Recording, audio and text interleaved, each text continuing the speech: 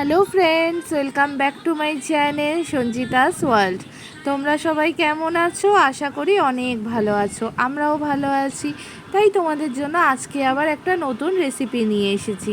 আজকে আমি নিয়ে এসেছি প্রন ফ্রাই, মানে চিংড়ি মাছের ফ্রাই।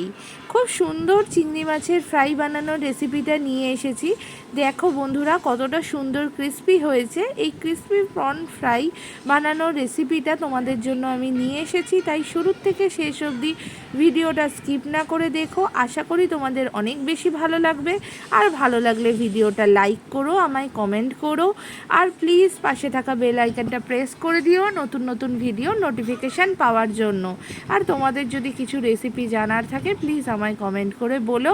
আর চ্যানেলটা যদি সাবস্ক্রাইব না করে থাকো প্লিজ সাবস্ক্রাইব করে দিও চ্যানেলটাকে।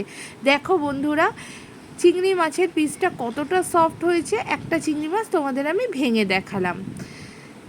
এবার দেখো বন্ধুরা, আমি এখানে 6 পিস চিংড়ি মাছ নিয়েছি। এটা বাগদা চিংড়ি। এই চিংড়ি দিয়েই সবসময় প্রন ফ্রাই ভালো হয়। তার কারণ হচ্ছে, যদি আমরা গলদা চিংড়ি নিই তাহলে অনেকটা হার্ড হয়ে যায়, কিন্তু চাইলে তোমরা গলদা চিংড়ি দিয়েও বানাতে পারো, আর এর থেকে ছোট দিয়েও বানাতে পারো, কিন্তু এর থেকে ছোট দিয়ে অতটা টেস্টি হবে না। যাই হোক, তোমরা যেরকম অ্যাভেলেবেল পাবে সেরকম চিংড়ি মাছ দিয়েই বানাবে, সেটা কোনো বড় কথা নয়। এখানে আমি আদা, কাঁচা লঙ্কা আর কাঁচা লঙ্কার একটা পেস্ট, আদা রসুন আর কাঁচা লঙ্কার একটা পেস্ট নিয়েছি, যেটা প্রতিটা মাছের মধ্যে সুন্দরভাবে লাগিয়ে দিচ্ছি। মনে রাখতে হবে যাতে প্রতিটা মাছে মশলা ঢোকে, সেইভাবে করে মশলাটা হাতে নিয়ে প্রতিটা মাছকে এপিট ওপিট করে ঘুরিয়ে মশলাটাকে ভালো করে ম্যারিনেশন করে নিতে হবে। এই ম্যারিনেশনটাই চিংড়ি মাছের মধ্যে মশলাগুলো সব ঢুকে যাবে, তাহলে চিংড়ি মাছটা আরও টেস্টি লাগবে খেতে। এইভাবে করে তোমরা ম্যারিনেশনটা করে নেবে। তারপরে কিছু অ্যাড করব এর মধ্যে আমি দেব নুন। আমি এখানে 1 চামচ নুন ব্যবহার করছি। 1 চামচ নুন আমি এই চিংড়ি মাছের মধ্যে ম্যারিনেট করার সময় দিচ্ছি। নুনটা অবশ্যই দেবে, তার কারণ হচ্ছে নুনটা মাছে ঢোকা খুব দরকারি, পরে কিন্তু আর ঢুকবে না। 1/2 চামচের মতো লঙ্কার গুঁড়ো দিলাম। এখানে আমি কাঁচা লঙ্কা ব্যবহার করেছি, কিন্তু একটু ঝালের জন্য লঙ্কার গুঁড়োটা দিলাম। তোমরা যদি ঝাল একদম কম খাও তাহলে কাঁচা লঙ্কার পেস্টটাই দিও, লঙ্কার গুঁড়োটা আর দিও না। এবারে আমি একটু কাশ্মীরি রেড পাউডার দিচ্ছি সুন্দর কালার আসার জন্য।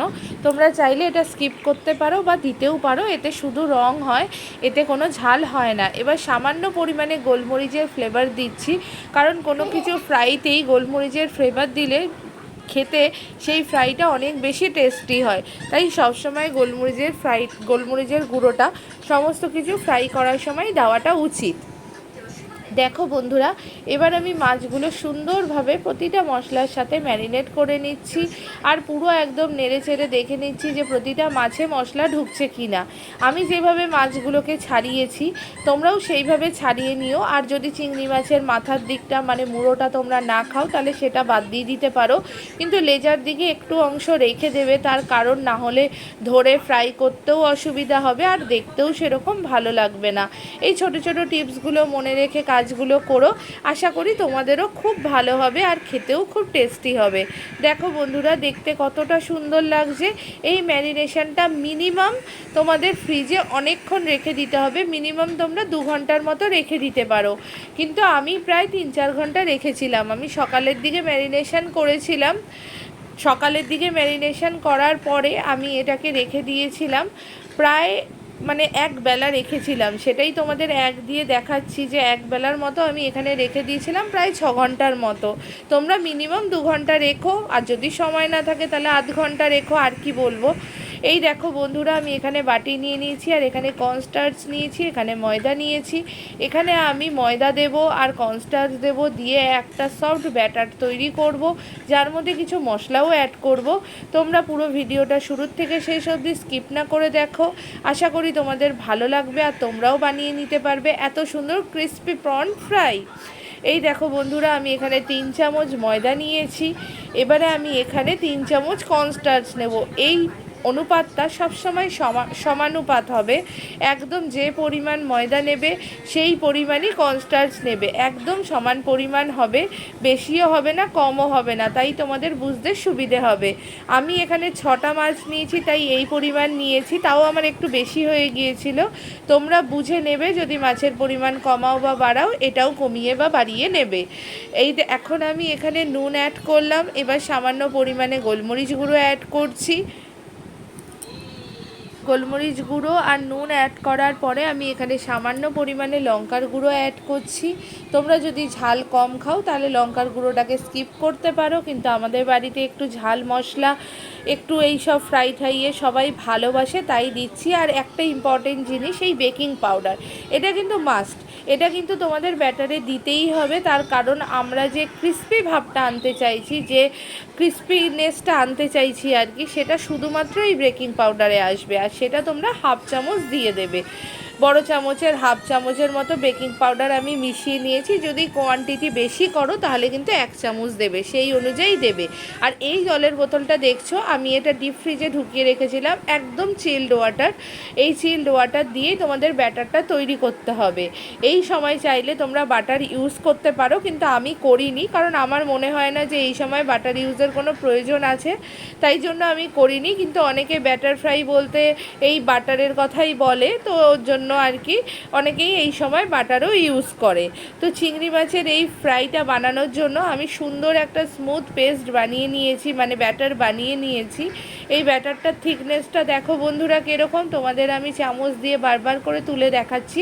না খুব বেশি গাঢ় হবে, না খুব বেশি পাতলা হবে।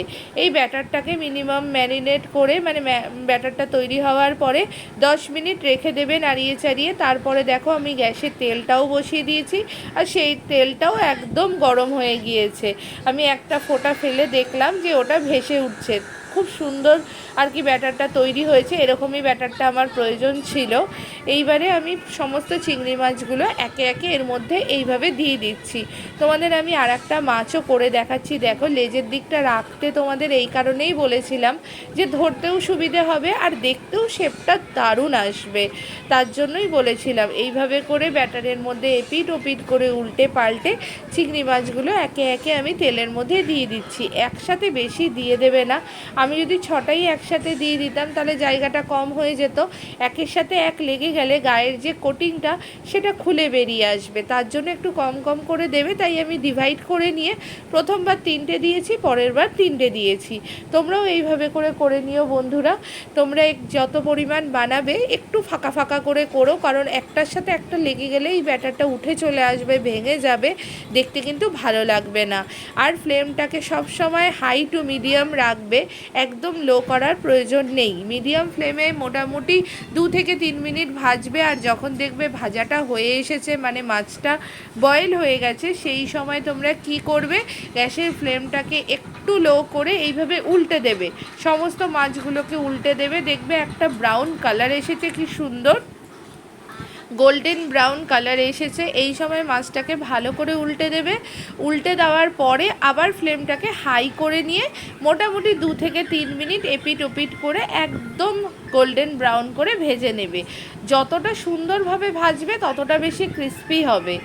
এইভাবে করে মাছগুলোকে উল্টে পাল্টে ভালো করে ভেজে নিতে হবে। এই মাছ ভাজা হতে হতে আমি তোমাদের সাথে একটা কথা শেয়ার করছি। অসংখ্য ধন্যবাদ অনেকজনকেই, যারা খুব সুন্দর সুন্দর আমাকে কমেন্ট করছো আর অনেক রেসিপির কথাও বলছো। আমি সমস্ত রেসিপি হয়তো বানিয়ে উঠতে পারছি না, বাড়িতে ছোট ছেলে জানো তো, ওকে নিয়েই সব কিছু করতে হয়। যাই হোক, তো সমস্তটা হয়তো বানিয়ে উঠতে পারছি না, কিন্তু কথা রাখার চেষ্টা করছি।